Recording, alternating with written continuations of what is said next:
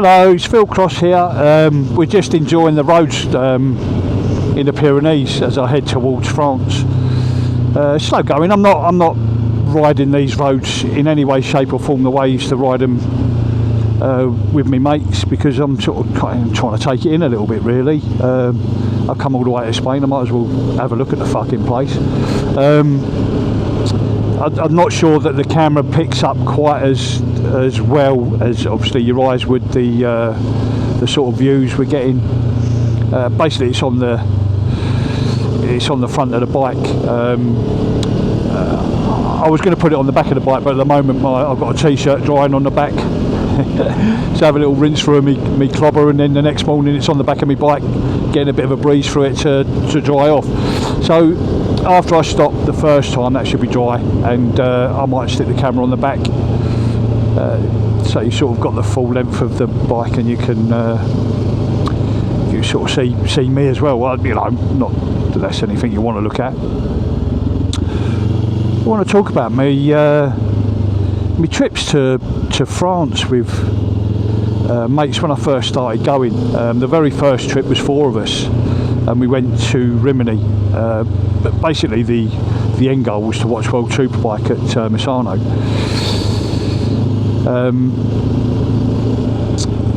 It's not Misano anymore, is it? It's the Simoncelli track, but the great Marco Simoncelli. On a later trip, went over to see his memorial just in his hometown, and that's an incredible bit of kit. It's like a big exhaust, and it emits a flame.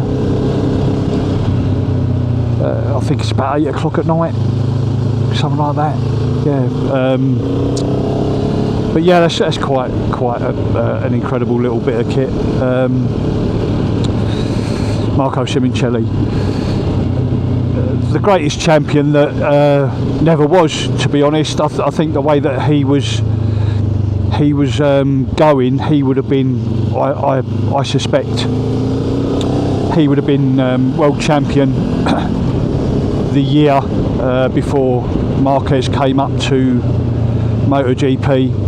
And I think if Simoncelli was champion when Marquez came up, Marquez wouldn't have found it quite so fucking easy, if I'm honest. The way that Simoncelli used to ride, and he was quite aggressive in the way he rode, and I loved watching him. I love watching him ride. I think Marquez would have had more of a problem, and you know what? Been a whiny little bitch about it as well. But you know, it is what it is. So yeah, our bike trips. We morning. Yeah, we went to Rimini the first trip, the 4 of us, and then there was a greater party. You know, within our group, we lost one. He didn't want to come anymore. He had stuff going on in his personal life that kind of stopped it, but we picked up some sort of friends of other members of that original group, and our group size sort of increased. And the reason I want to talk about him is we mainly went to France. You know, it wasn't like we come as far as Spain. People never really had the time to do that, coming down to this little town here. So we mainly went to France, and we started doing the booking places like Owners Abroad, where we'd have like a sort of central base to ride out. That kind of, the Owners Abroad thing kind of moved on since then, and it's that Airbnb type thing, which is something I still use when I'm booking stuff with my mates. But this is about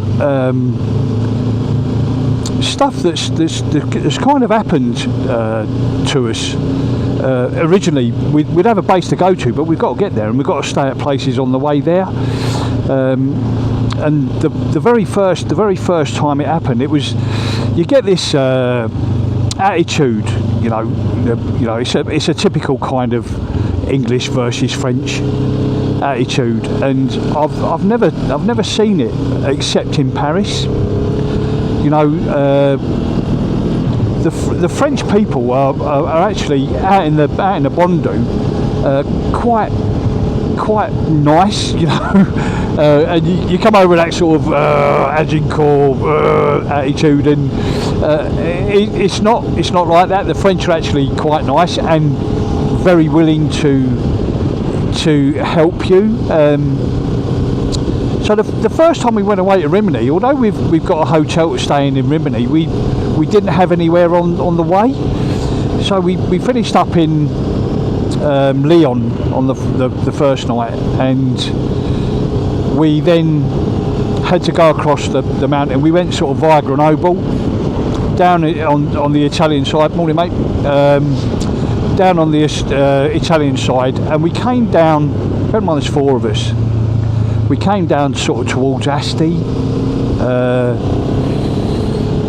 and we had nowhere to stay, and it was getting late. The crossing over the Alps it took us a lot longer than we expected. Bear in mind, this is the first time any of us have been over on a bike, and it's trying to work out shit. You know, I had the ZX6 then, and even when I sort of say the way we used to ride the roads, when you're winding it up, you know, you're looking at your speedo and you're doing sort of 90 to 100, sometimes touching 110, and then you come into the mountains and it slows you down a little bit.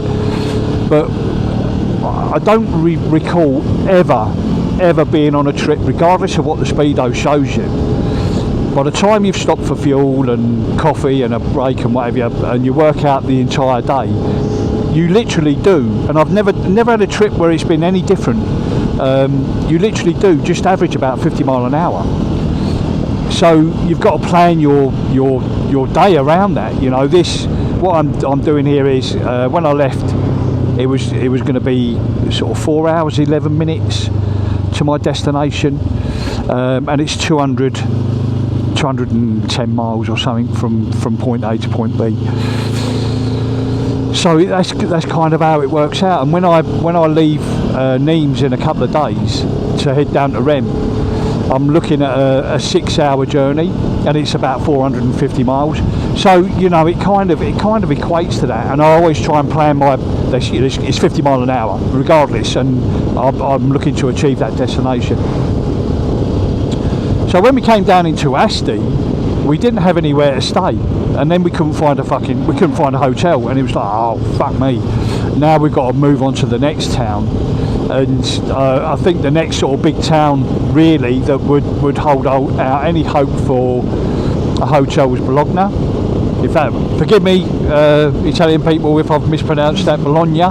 But it was probably we're looking at a good 70 or 80 miles away, and we're looking at when we get there, it's going to be dark. So, oh fuck me. So we've come out of Asti, and we'd sort of agreed that when we come out of Asti, we'll stop for something to eat at the first place that we find, because we need to eat, and we've got quite a long ride to get ahead to Bologna. So we wanted to cover the point of actually eating something, and we were really seriously looking at the potential of having to find a car park and maybe sleeping with our bikes, and we hadn't had the camping kit with us. You know, it was a poor planning on our part. You know, I've got on the back of the bike here, I've at least got the facility to cook. I've got food with me. I've got coffee with me. So if I'm struggling, I can stop and cook something. I've even got a sleeping bag. So, you know, it was that poor planning really. So we found this pizzeria, the 4 of us, and it was basically empty. I think it was early doors for them really. The early evening, going into the night time. So we've ordered pizzas each, and there's the old guy sitting over by the sort of the tills, you know, waiting if we need anything else. So I said to the blokes, look, I'm gonna go and ask him if he's got any ideas around where to stay. And it was just one of those moments, you know, where you go going up to this old boy. We're in the heart, basically, of rural Italy, and there's no expectation that you know, no expectation he's going to speak English. I certainly don't speak Italian because I'm English and I'm fucking like that, and I just speak slowly and loudly. So I've gone over to the guy and I've tried to ask him if there's anywhere to sleep, and I've done the old, like, the two hands like your pillar with your head, and he's basically told me to wait there, essentially, by sticking his finger up at me, his index finger, should I say, and he's disappeared off and come back with a little girl, 7 or 8 years old, who's clearly doing some sort of English at school, and I've managed to get across to her. We're looking for somewhere to sleep, basically, and she's explained to him, he's spoken to her, she's told me to go and sit down and eat my dinner and wait a while. So we've done that. We're in a dinner, and, you know, what's happening, Crossy? I've got no fucking idea.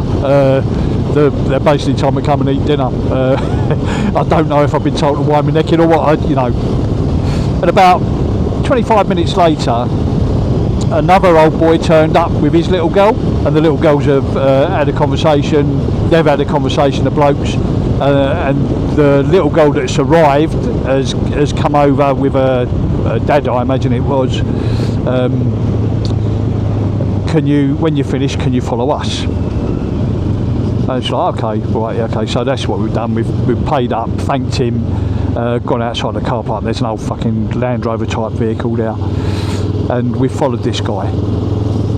And we turned off of the main road, and it's starting to get a little bit fucking battling banjos now. You think to yourself, what's happening here? So we followed this guy along this little country road, and then a village appeared up ahead of us, and it's basically a village built on a hill. Incredible little place. We've gone in, and yeah, we pulled into basically the car park of this building. Looks like a rural house, and the ladies come out and basically said, you're looking for somewhere to stay? Yep. Well, we're a B&B, and we've literally just opened. We've got nobody in, but if you want to stay here. Oh yeah, lovely. How much is that? €30 each a night. And we actually had our own bedroom each, and it was she said, when you've sorted yourself out, if you want to come down and join us, there was like a big patio area that overlooked this valley. It was actually quite incredible. So we've all gone up, got our own rooms, got ourselves showered and stuck our shorts on and whatever, and gone down to this thing, and she'd laid a table of food. Cheeses, meats, breads, there was fucking wine there was a couple of bottles of beer. It was like, oh wow, and she said, no, but I don't want to charge you for this, but if you don't mind, would you sit with us so that I can practice my English with you? And it was just one of those things that how would you ever come across this? Obviously, I've been speaking about the French earlier, but these were Italians, and it was, how would you ever come across this in a normal sort of travelling scenario? And it was just brilliant. We sat with the family for about 2.5 hours and stuff, picking at the cheeses and the meats and the breads, having a glass of wine with them, and basically just chatting. And she was sort of exploring her grasp of English with us, and it was just fucking lovely, absolutely lovely. And it's that kind of thing when you're on these trips that you never know what's around the corner for you. I'll tell you about another one in a minute, but I'll stop the film because I try and keep it bite size. So yeah, I'll stop the film, and I'll speak to you in a bit. Ta-da.